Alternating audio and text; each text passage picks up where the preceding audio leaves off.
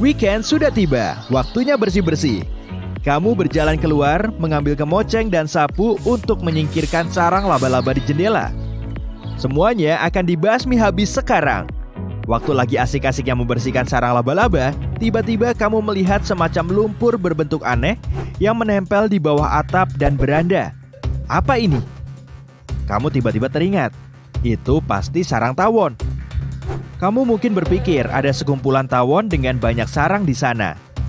Untungnya, tawon sarang lumpur adalah serangga penyendiri. Sarang lumpur itu berisi laba-laba yang sudah dilumpuhkan.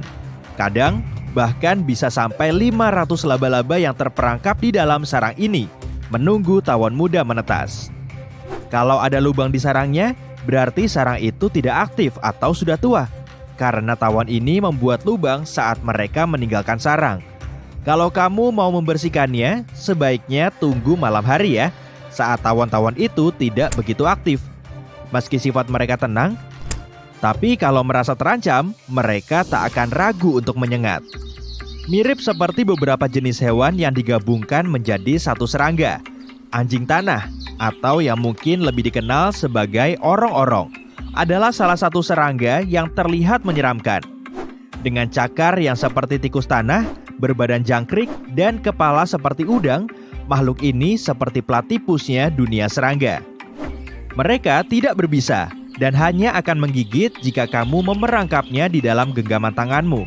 Dan kalau kamu membuatnya marah, serangga ini punya senjata rahasia, sayapnya. Mereka bisa mengeluarkan cairan coklat berbau busuk dari tubuh mereka. Kayak sigung ya. Jadi, biarkan saja mereka meninggalkan rumahmu dan kamu tidak perlu lagi bersih-bersih. Kolam pasang surut dipenuhi dengan berbagai jenis tumbuhan dan binatang. Ada banyak makhluk laut seperti bintang laut, lamun, kelomang, ikan kecil, dan berbagai jenis gurita. Kalau kamu berpapasan dengan gurita cincin biru, sebaiknya jangan diganggu ya. Itu alasan dia memamerkan warna biru neonnya kepadamu. Gurita kecil ini punya gigitan berbisa yang 1000 kali lebih kuat daripada sianida dan tidak ada penawarnya. Jangan menyentuhnya dengan kayu atau mencoba mengangkatnya kalau kamu tidak mau dibawa ke rumah sakit. Atau lebih parah lagi, kamar mayat. Menurutmu ular di darat sudah menakutkan? Tunggu sampai kamu lihat ular laut. Ditemukan di Samudra Hindia dan Pasifik, ada sekitar 50 spesies ular laut. Mereka sangat cantik, tapi juga berbahaya. Untungnya, mereka tidak begitu menghiraukan kita. Ular laut Dubois adalah ular paling berbisa di lautan, disusul oleh ular laut berparuh. Bisa mereka bikin gigitan kobra jadi kayak gigitan semut. Bisa kedua ular ini sangat berbahaya loh. Untungnya, bisa mereka butuh berjam-jam sampai bisa berdampak pada manusia. Itu pun kalau mereka bisa menggigit menembus baju selammu. Kamu mungkin bakal teriak kalau lalat ini hinggap di lenganmu waktu kamu jalan-jalan di luar. Ya, aku nggak bakal heran kok. Lalat kalajengking, sesuai namanya, punya ekor melengkung yang mirip seperti penyengat kalajengking. Tapi tenang, ekornya ini cuma dipakai saat mereka kawin. Lalat ini juga punya kepala panjang seperti paruh yang digunakan untuk makan setelah mencuri serangga yang tertangkap di jaring laba-laba. Untuk menemukan pasangan sempurna, mereka suka memberikan hal yang setara dengan sekotak coklat dan bunga, yaitu air liur mereka. Romantisnya. Kalau kebetulan kamu lagi di Afrika, kamu mungkin gak akan melihat burung besar ini kalau tidak memperhatikan. Burung syubil akan diam saja saat kamu melewatinya. Dengan tinggi 1,5 meter dan lebar rentang sayap kurang lebih 2,5 meter, syubil kelihatannya seperti predator puncak, padahal tidak sama sekali. Dikenal sebagai salah satu burung paling lambat, hampir seperti patung. Syubil cuma makan ikan di dekat permukaan air, tanpa memedulikan sekitarnya. Burung ini sama sekali nggak takut sama manusia. Meski nggak bakal nyamperin dan berbasa-basi dengan kita, mereka nggak masalah kalau kita mau mendekat buat foto-foto. Kalau kamu mendengar suara cicit kecil waktu berada di kebun, itu mungkin tikus, tupai, atau seekor kumbang badak yang memperingatkanmu bahwa kamu terlalu dekat. Mereka suka berisik kalau terganggu. Dengan tanduk besar menyeramkan di kepala mereka, tampaknya mereka bisa membela diri dengan itu. Tapi itu mustahil. Fungsi tanduk itu cuma untuk menyingkirkan daun dan ranting yang menghalangi jalan mereka, serta menghentikan pejantan lain masuk ke area kumbang betina. Enggak cuma punya tanduk di kepala, mereka juga kuat banget loh. Kumbang ini bisa mengangkat 850 kali bobot mereka. Itu sama kayak kita bisa mengangkat bobot 65 ton atau 11 gajah. Kamu mau coba? Aku sih, no. Kebanyakan ditemukan di China. Tufted deer atau rusa berumbai kelihatan menggemaskan dengan jambulnya. Benar, tapi tunggu sampai dia menoleh. Astaga, itu rusa vampir. Untungnya hewan ini tidak mengisap darahmu atau memakai jubah. Hanya taring pejantannya yang tumbuh saat musim kawin. Taring itu menggantikan tanduk untuk mempertahankan wilayah dan betinanya. Taring ini lebih seperti gading kayak di gajah, bukan gigi. Mereka nggak cuma punya taring, tapi juga menggonggong seperti anjing dan kabur kayak kucing kalau mereka takut. Langit merah waktu petang mengagumkan. Langit merah waktu pagi menyemangati. Tapi, apa kamu tahu soal pasang merah? Pasang merah adalah kumpulan alga beracun yang naik dari dasar laut setelah badai besar. Alga ini tampak seperti tumpahan saus tomat atau karat di air, tapi sangat berbahaya bagi kehidupan di sekitarnya. Ikan dan biota laut akan mencoba kabur begitu terpapar alga beracun ini di air. Alga ini tidak berbahaya bagi manusia yang terpapar. Tapi kalau kamu makan seafood yang terkontaminasi racunnya, akibatnya bakal lebih serius. Jadi, kalau laut berwarna merah, menjauhlah dari air. Beberapa laba-laba suka muncul dengan warna cerah untuk menunjukkan bahwa mereka berbahaya. Tapi tidak untuk laba-laba funnel web Sydney dari Australia. Laba-laba hitam berkilap ini nggak butuh drama untuk membuktikan kekuatannya. Hewan merayap yang pemarah ini bisa menyebabkan bahaya besar saat memutuskan menggigit kita. Dia bisa melumpuhkan seluruh sistem saraf kita dalam 30 menit. Membuat sarang di naungan seperti gelondong kayu tua, sepatu, atau bahkan orang-orangan di kebun. Laba-laba ini suka tinggal di dekat wilayah kita supaya gampang dapat makanan. Waktu sudah bosan di suatu area, mereka meninggalkan sarang dan berkelana untuk mencari tempat baru. Asik ya? Kata orang, ratel atau musang madu itu hewan yang paling santuy, dan kayaknya sih bener. Kalau kamu cukup berani untuk merebut makanan dari jaguar, singa, atau hiena, apalagi yang bisa kamu takutkan? Kerabat tangguh dari cerpelai ini tidak hanya ganas, tapi juga sangat pintar. Bahkan, mereka bisa menggunakan alat untuk kabur dari kandang. Benda seperti penggaruk, batu, dan lumpur bisa dijadikan alat untuk melarikan diri buat mereka. Selain kemiripan fisiknya dengan sigung, ratel juga memiliki kelenjar berbahaya di ekornya yang bisa mengeluarkan bau yang tajam. Jadi, mereka itu tangguh, bau, punya kulit lentur dan kuat. Dan untuk melengkapi itu, mereka juga punya imunitas kuat terhadap kalajengking dan ular. Kalau kamu berpapasan dengan ratel, sebaiknya jangan usil ganggu deh. Kita enggak bakal menang. Pernah dengar jamur stroberi dan krim? Gak pernah ya? Gimana kalau nama lainnya jamur gigi berdarah? Jamur ini tidak beracun, tapi rasanya pahit sekali. Kamu bakal berpikir 2 kali sebelum mencicipinya. Saat masih muda dan tumbuh, ada jeli merah yang keluar dari pori-pori jamur putih ini. Cairan lengket itu adalah getah yang dikeluarkan karena jamur itu menyerap terlalu banyak air. Tapi, penampilan jamur dewasanya membosankan kalau dibandingkan dengan itu. Cuma warna krem kayak jamur biasa. Di bawah kanopi jamur tempat produksi sporanya, struktur jamur ini mirip seperti gigi yang membuatnya makin aneh. Tasmanian Devil memiliki reputasi mudah marah saat terancam, bertarung dengan pejantan lain, atau saat berusaha mendapat tempat buat makan malam. Mereka disebut devil karena suka memamerkan gigi, menyerang, dan punya salah satu jeritan paling menyeramkan yang pernah kamu dengar di tengah malam. Mereka juga akan memakan hampir semua yang bisa mereka masukkan ke dalam mulutnya. Mereka jarang menyerang manusia, tapi tentu akan membela diri kalau sudah terpojok. Dengan gigitan kuat seperti itu, siapa juga yang mau digigit? Untungnya, Tasmanian Devil juga lebih memilih kabur. Di Arizona, pastikan keledaimu nggak tidur di bak mandi selepas pukul 19 ya. Aturan ini dibuat tahun 1924 setelah adanya sebuah insiden yang terjadi saat sedang banjir. Seorang pedagang sering mengizinkan keledainya tidur di bak mandinya. Pada masa itu, bak mandi belum terpasang di lantai, jadi masih mudah dipindah-pindah. Saat kota dilanda banjir di malam nahas itu, keledai yang sedang tidur terbawa hanyut oleh arus air yang deras. Keledai ini berlayar melintasi kota dan terdampar di lembah berjarak 1,6 km jauhnya. Keledai itu terlantar di bak mandi, terapung-apung tak berdaya. Penduduk kota berkumpul dan akhirnya bisa menyelamatkan hewan malang itu. Tapi penyelamatan itu butuh banyak upaya dan sumber daya. Dengan cepat, mereka membuat peraturan baru yang melarang keledai tidur di bak mandi.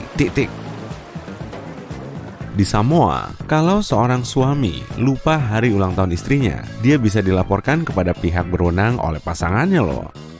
Setelah insiden pertama, peringatan resmi dikeluarkan. Diharapkan suami bikin banyak pengingat agar tahun berikutnya nggak lupa lagi. Tapi jika tanggal itu dilupakan lagi, dia harus menjalani serentetan wawancara intens untuk mengorek kenapa dia bisa lupa tanggal sepenting itu.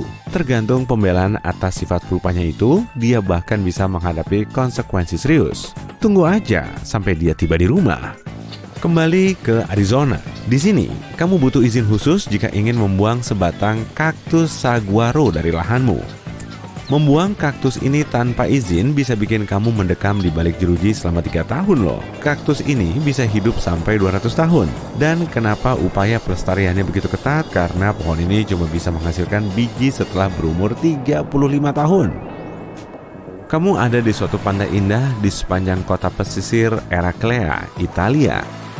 Dan pastinya kamu udah bawa ember dong. Tapi jangan bikin istana pasir dengan ember itu ya. Di sepanjang pantai itu, ember telah dinyatakan sebagai benda berbahaya yang membuat tersandung. Jadi, kalau ke pantai ini, tinggalin aja embermu di rumah. Kalau enggak, kamu akan terpaksa bayar denda sampai 3,8 juta rupiah loh. Saat berkendara di jalan atau hiking di hutan di Amerika Serikat, mungkin kamu melihat tanda ungu aneh yang dicat di pagar, tiang, atau bahkan di pohon. Di beberapa negara bagian, tanda ini ngingetin kamu biar nggak melanggar properti pribadi. Orang-orang memakai cat alih-alih tanda peringatan biasa, karena alternatif ini lebih murah dan lebih tahan lama.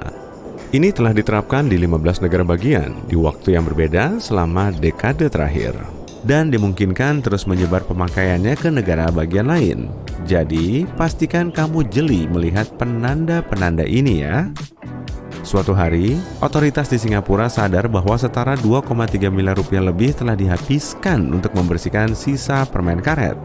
Dan letaknya bukan cuma di bawah kursi atau meja loh. Mereka menemukan permen karet di berbagai area penting di kereta bawah tanah yang memengaruhi alat-alat sensor hingga menyebabkan berbagai keterlambatan. Maka, di tahun 1992, permen karet secara resmi dilarang. Aturan ini agak melunak bagi turis dengan diizinkannya sejumlah kecil permen karet memasuki negara itu. Dan dokter gigi juga boleh meresepkan permen karet untuk membersihkan gigi. Ada juga masalah lain di Singapura terkait kebersihan toilet umumnya. Otoritas menyadari ada terlalu banyak toilet umum yang kotor di seantero negeri. Tak diragukan lagi, ini bisa mencoreng reputasi mereka sebagai salah satu negara paling bersih di dunia. Karena itu, mereka memakai sistem monitoring yang melibatkan agen-agen toilet. Orang-orang ini memonitor toilet untuk memastikan kebersihannya. Para pemilik usaha yang gagal memenuhi standar kebersihan akan dilaporkan. Saat kamu menyusuri jalanan sibuk di Thailand, uang kertasmu jatuh, angin bertiup, dan nerbangin uangmu. Jadi, kamu mengejarnya dengan panik. Kamu sudah cukup dekat untuk menghentikannya, tapi pastikan jangan pakai kakimu ya. Menginjak uang kertas dianggap pelanggaran serius karena kaki dianggap rendah dan kotor di Thailand. Jadi, kamu nggak boleh menginjak uang Thailand karena di uang kertas ada foto orang-orang penting. Sebesar apapun nilai uang kertasnya, jangan injak kalau kamu nggak ingin berakhir di penjara. Kamu ngebut di sepanjang Autobahn, jalan bebas hambatan terkendali di Jerman. Ini salah satu tempat terakhir di mana kamu bisa ngebut secepatnya kamu mau. Tapi, saat lagi menikmati perjalanan, kamu melihat indikator bahan bakarmu kosong, kemudian meminggirkan mobil dan berhenti. Di tempat lain, ini bukan masalah besar, tapi di sini, itu dianggap sebagai risiko yang bisa dihindari. Kamu akan didenda 1,2 juta rupiah lebih karena nggak berinisiatif mengisi bahan bakar saat ada kesempatan. Aturan lebih jauh terkait Autobahn, termasuk dilarang parkir, mundur, atau bahkan putar balik. Di tahun 40-an, sepasang pengemas acar menjual dagangan mereka di Connecticut. Acarnya nggak layak dikonsumsi, tapi mereka masih mencoba menjual barang kedaluarsa itu. Tak lama, mereka ditangkap dan sebuah aturan baru ditetapkan untuk mencegah terulangnya masalah ini di masa depan. Sebuah persyaratan baru dibuat, yaitu untuk bisa dijual, acar harus bisa memantul. Saat itu, ini cara terbaik untuk mengecek apakah acar aman dimakan. Setelah metode pengawetan sudah maju, hukum itu dilupakan, tapi masih tetap ada sekarang. Saat ini sudah larut malam di New York City dan kamu bergegas ke toko. Nggak usah pakai sepatu lah, terlalu ribet buat perjalanan sedekat itu. Tapi pas nyebrang jalan, tiba-tiba kamu dihentikan polisi. Kamu bingung, soalnya nggak melakukan kesalahan, tapi dengan cepat kamu ditahan karena melanggar aturan memakai sandal di atas pukul 22. Aturan ini berlaku karena dipercaya sandal yang bau akan menarik tikus dan hama lain. Tapi memakai piyama di tempat umum nggak masalah. Kamu berkendara melintasi jalanan berpasir kering di Australia Barat. Kamu ngumpetin sesuatu yang mencurigakan di dalam kendaraanmu. Kamu ragu ketika pergi, berharap semoga nggak menarik perhatian. Tiba-tiba kamu jadi khawatir saat petugas Potato Marketing Authority menyetopmu. Mereka menggeledah mobilmu dan kamu kedapatan membawa lebih dari 50 kg kentang. Aturan ini diberlakukan tahun 1946 untuk melindungi aktivitas perdagangan selama masa penjataan serius. Meski begitu, aturan ini baru dihapus pada tahun 2016. Jika berencana pergi ke gedung parlemen Inggris, pastikan kamu tinggalkan baju zirahmu di rumah. Di tahun 1313, dinyatakan bahwa tak seorang pun boleh masuk mengenakan setelan logam lengkap. Aturan itu dibuat untuk alasan keamanan. Aturan ini butuh beberapa tahun untuk diikuti. Awalnya, aturan ini diabaikan oleh Earl of Lancaster. Tapi setelah dia dihukum karena mengabaikan peraturan ini, nggak ada lagi baju besi di parlemen sejak 1319. Dan undang-undang ini tetap berlaku sampai sekarang. Yunani punya banyak monumen bersejarah luar biasa yang telah teruji oleh waktu. Tapi keprihatinan terbesar terhadap keberlanjutannya adalah pariwisata. Undang-undang untuk melawan ini adalah dengan melarang dipakainya sepatu hak tinggi di monumen bersejarah manapun. Odeon, teater yang terbuat dari batu, dibangun di tahun 161 Masehi. Kini, teater ini sudah mengalami kerusakan yang tampak disebabkan orang-orang yang berjalan. Di antara kerusakan itu juga ditemukan 30 kg permen karet di antara celah-celah. Maka, selain sepatu runcing, makanan serta minuman juga dilarang. Kamu lagi nerbangin layang-layang di negara bagian Victoria, Australia. Aktivitas yang kayaknya nggak ada bahayanya. Tapi jangan kaget ya kalau tiba-tiba polisi muncul.